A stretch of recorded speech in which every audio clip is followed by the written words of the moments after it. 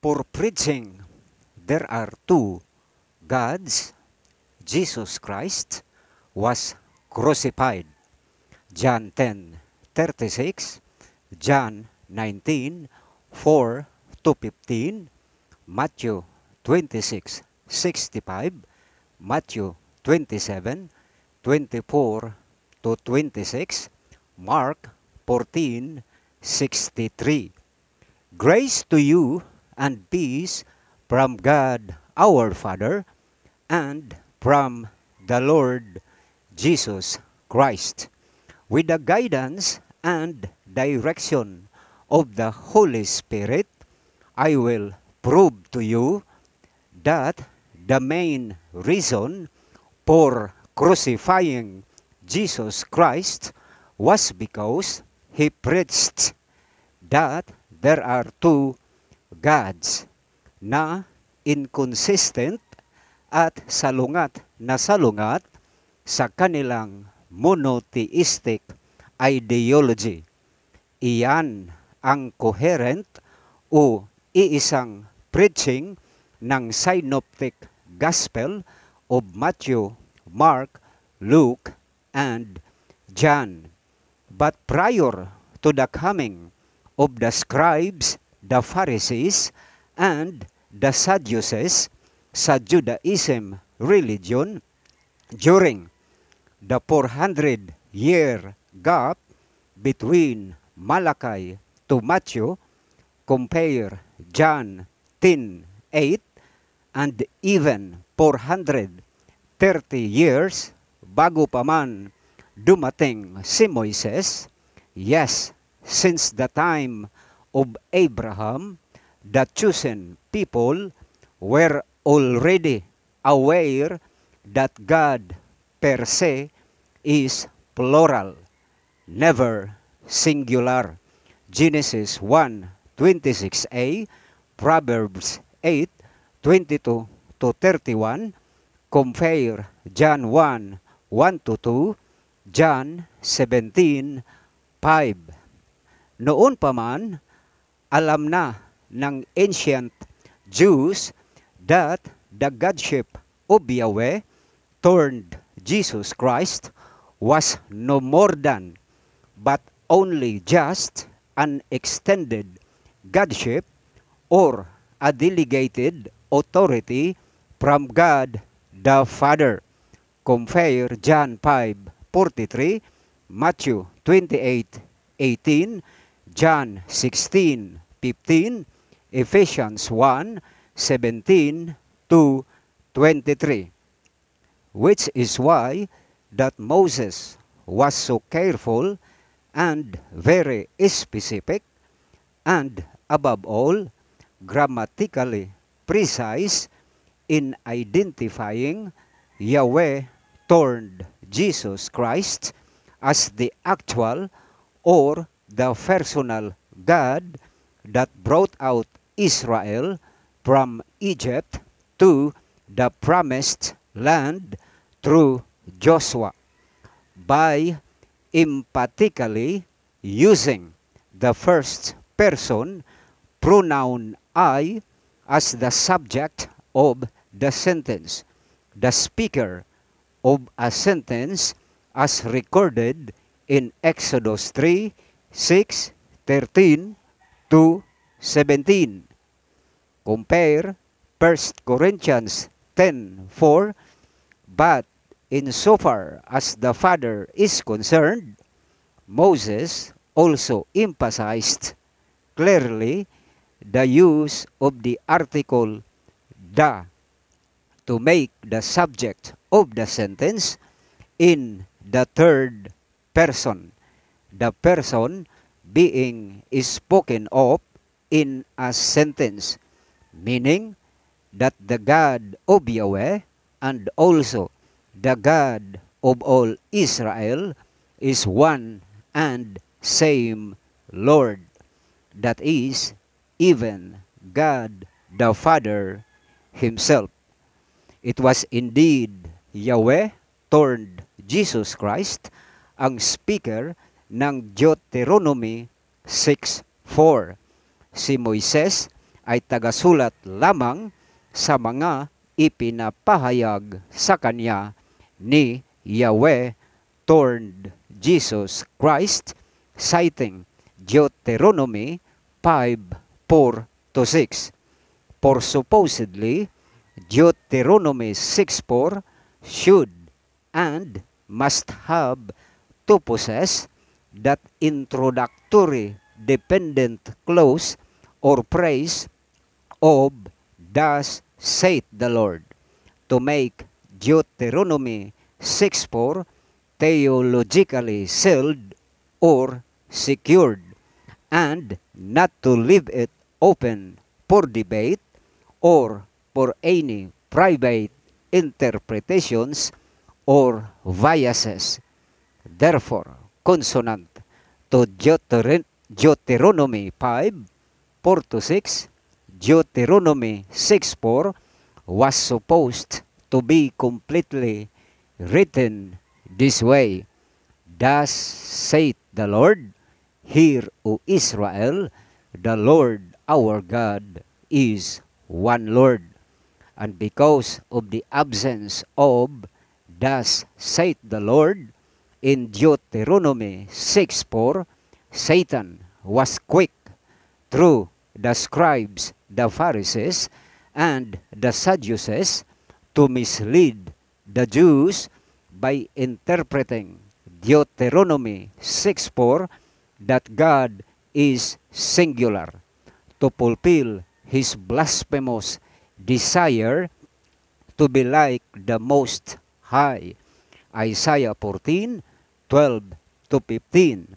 Consequently, since then, Judaism religion, from being a worshipper of God the Father through Yahweh turned Jesus Christ, had become a worshipper of Satan because of the monotheistic ideology brought by Satan to Judaism religion. Kaya nga, pinawalang saysay na nga ng mag-amang Diyos, the Father, and also Jesus Christ, ang Old Testament, Hebrews 8:7-13. For if that first covenant had been faultless, then should no place had been sought for the second. A classical personification of the joint, simultaneous, respective, and shared Godship of both the Father and also Jesus Christ is beautifully and vividly illustrated when Pharaoh exalted Joseph as his deputy Pharaoh, second in command, or as the prime minister of the entire Egyptian empire. "You shall be over my house, and according to your word shall all my people be ruled. Only in the throne will I be greater than you." Genesis 41:39-46. Compare John 14:28. "For my Father is greater than I." Yan ang literal na kahulugan ng itaas ng Diyos Ama si Yahweh turned Jesus Christ. "Maupo ka sa aking kanan." Psalm 110:1. Compare Mark 16:19, Ephesians 1:20-22, Hebrews 1:6. Kaya ang pagkakatawang tao ni Yahweh bilang si Kristo Jesus, Psalm 46:10, compare Philippians 2:5-11, ay upang ibalik sana sa tamang theology ang Judaism religion that God is plural, not singular. So much so na ang Diyos Ama na mismo for the very first time in public with his voice being heard from heaven, Matthew 3:17, compare Matthew 17:5, ang direkta o personal na nagpapakilala ni Kristo Jesus, the former Yahweh, na nagkatawang tao, the God of the Old Testament, bilang kanyang representative at official preacher of the gospel of the kingdom, the everlasting gospel that God is plural, the non-negotiable prerequisite for salvation. John 5:23, John 17:3. Ngunit tahasan nilang di ginagalang ni kinikilala man ang authority o ang godship ng Diyos Ama, to the extent na ipinako pa talaga nila sa krus ang Panginoong Heso Kristo. Compare John 15:21-25, sapagkat si Satanas talaga ang kanilang nag-iisang triune God as exposed by Jesus Christ Himself in John 8:44. Ayaw nilang kilalaning Diyos ang Ama na siyang ipinipreach ni Kristo Jesus. John 17:3, Matthew 11:25. Kaya if time machine would bring us back to year 33, certainly isa ka ring sisigaw kay Kristo Jesus na ipako sa cross, all because singular ang Diyos na iyong sinasamba at hindi ang Ama, at si Kristo Jesus through the Holy Spirit. Dahil dyan, tuluyan na ngang inalis ang kaligtasan sa Judaism religion. Matthew 21:43, at dahil nag-backslide rin ang Christendom except the church in Philadelphia, Revelation 3:7-13, at nagbalik loob kay Satanas sa Judaic monotheistic ideology since year 65 when Paul died, Acts 20:29-31, Hebrews 6:4-6, Hebrews 10:26-39, compare Luke 5:36-39. Consequently, both Judaism religion and almost all of Christianity had forfeited themselves of salvation. They which were bidden were not worthy. None of those bidden shall taste of my supper. Matthew 22:1-10, Luke 14:16-24. Ang kaligtasan, take note of this, ay para lamang sa mga tumalikod sa monotheistic ideology. 2 Corinthians 6:14-18, Revelation 18:4. At pagkatapos ay yumakap at kumikilala hanggang wakas, Matthew 24:13, sa unbreakable tandem godship ng Diyos Ama at ni Kristo Jesus. John 5:23, John 17:3, 1 Corinthians 15:27-28. At sa pagpananatili ninyo riyan sa inyong monotheistic ideology or with your triune God indoctrination, at the end of the day, Jesus Christ Himself will resolutely and unrelentingly disavow you all. Matthew 7:21-23.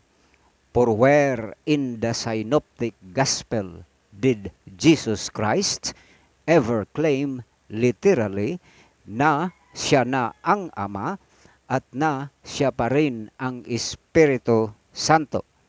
Kaya nga all the apostles were unanimous in their preaching the legacy of Jesus Christ, that the Godship is jointly and simultaneously and respectively shared by both the Father and also Jesus Christ. Ephesians 1:17 to 23, Romans 1:7, Philippians 2:5 to 11. Above all, who among the apostles had ever preached that God is singular, which manifested himself in three appearances, that the Father, Jesus Christ, and the Holy Ghost is one and the same entity. Di ba wala? Think of it.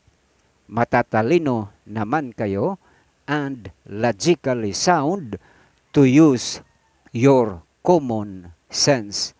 The true meaning, interpretation, or application of believing or receiving Jesus Christ as your Lord and Savior is to take cognizance of the Godship of the Father and also Jesus Christ for you to be saved.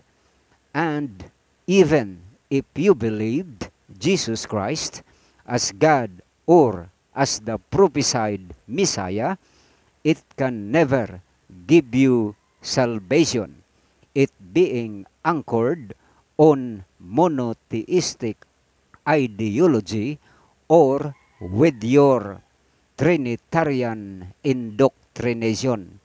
Again, it was only during the 400-year gap between Malachi and Matthew that Judaism religion, from being a worshipper of the plural God, had become theologically monotheistic.